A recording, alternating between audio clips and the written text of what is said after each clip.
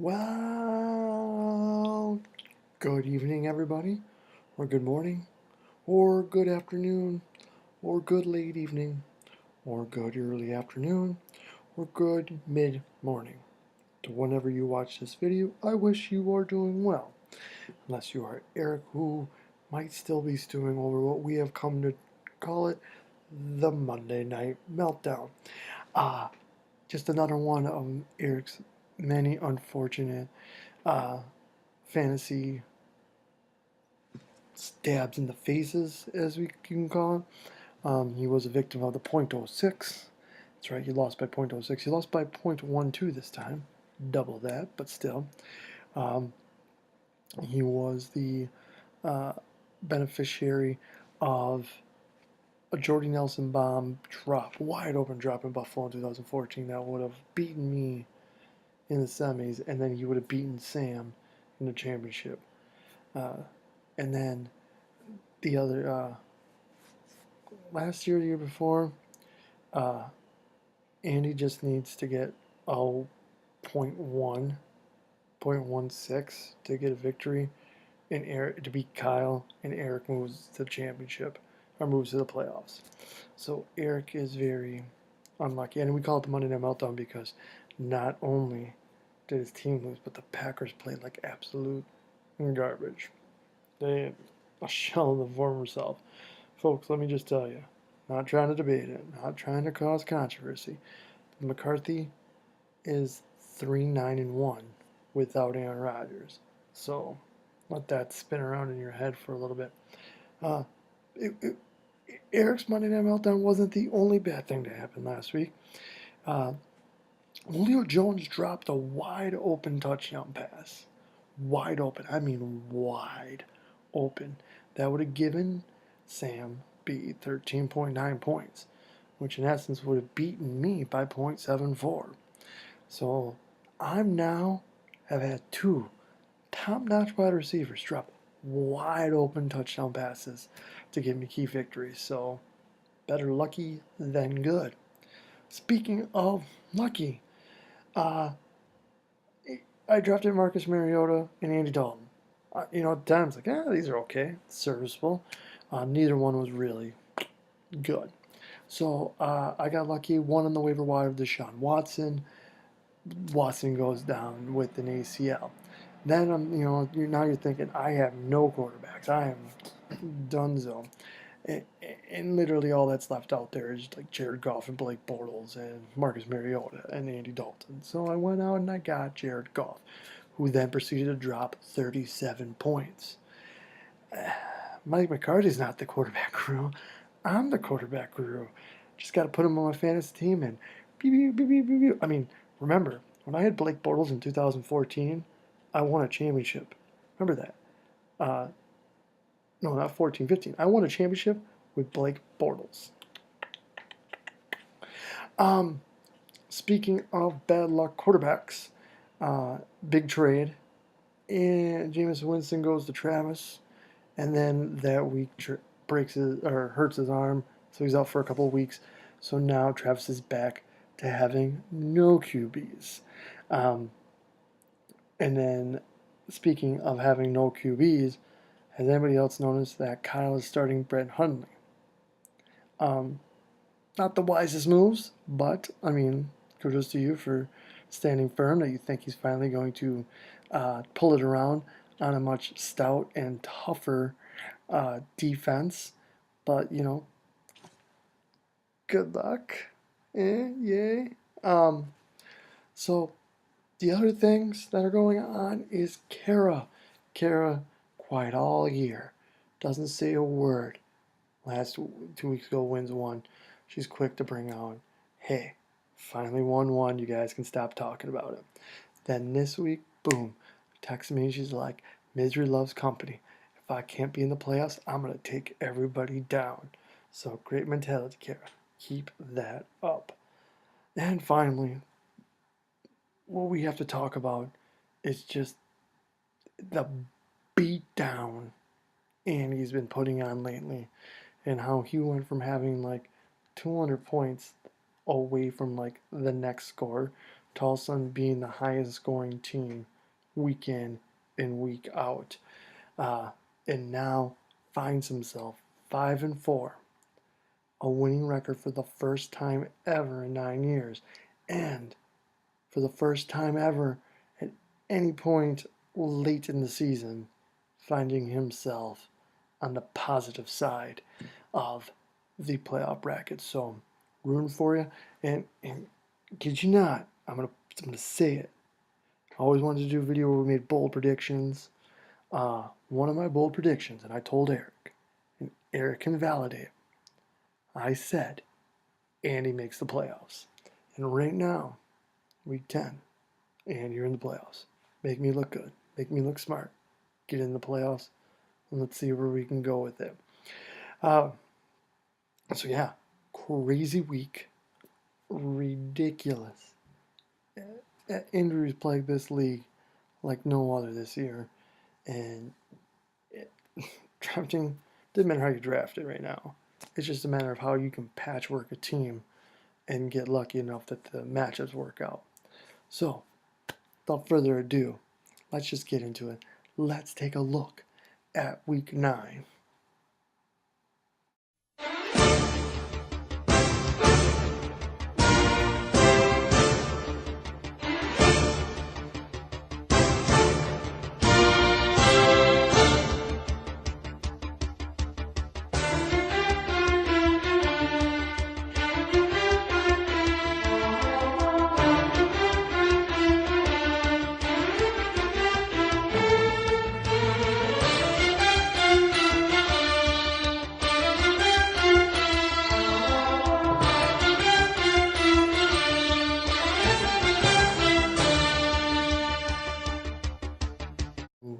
The final 4 weeks of the season, now we really amp up playoff talk. This is where we can really get into the roots of it and take a look at the odds. So the next couple screens you're going to see here is where you currently are, where you are projected to finish according to Yahoo, and then I have that playoff odds maker that does a lot of factors. Basically, it takes the next 4 games. I enter in your percentages to win, and it tells me what your percentage is to make the playoffs. Top 6 are in. Obviously, it doesn't give you a win-loss. It just gives you a straight percentage of what you're projected to do. It's particularly interesting to look at Yahoo.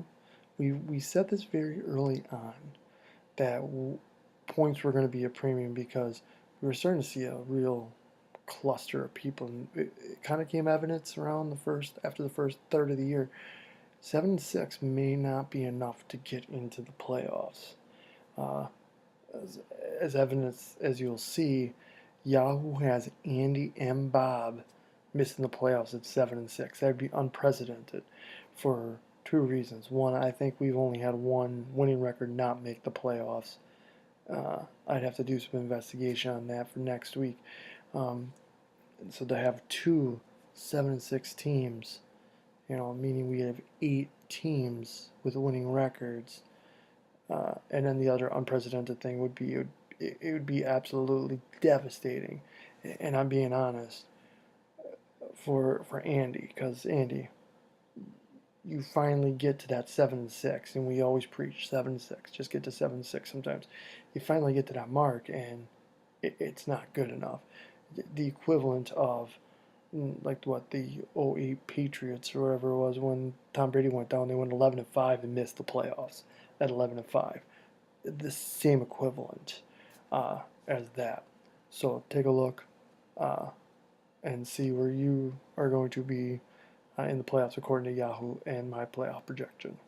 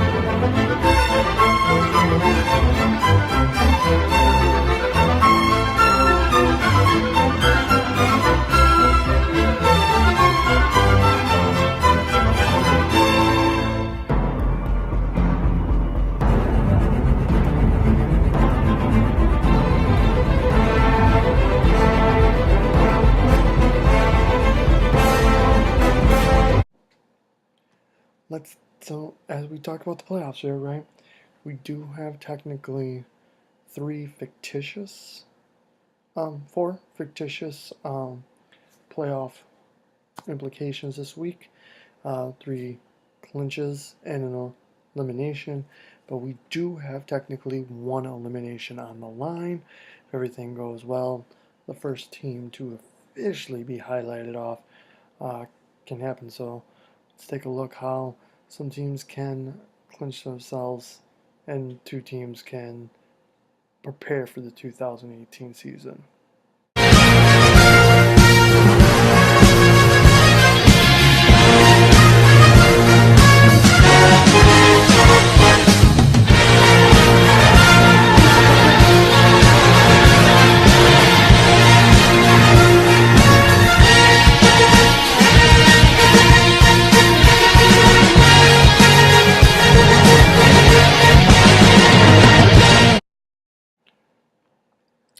So we got a big Week 10 final stretch, folks.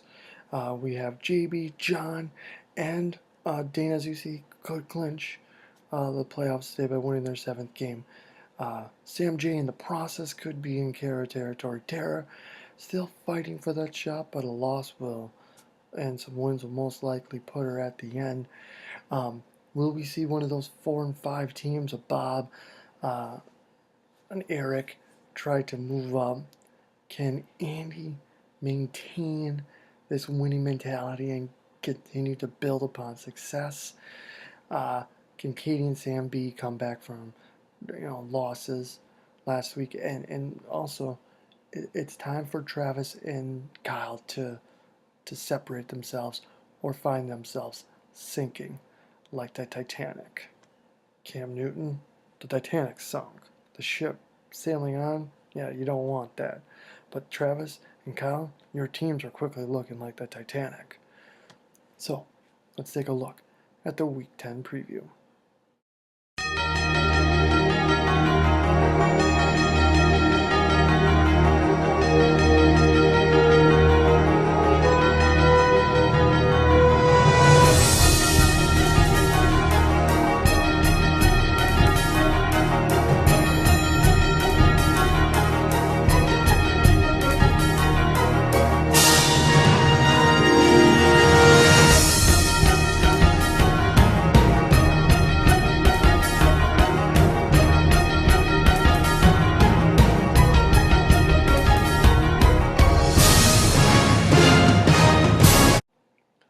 So there you have it, the Week 10 video, getting y'all revved up for a weekend against the Bears.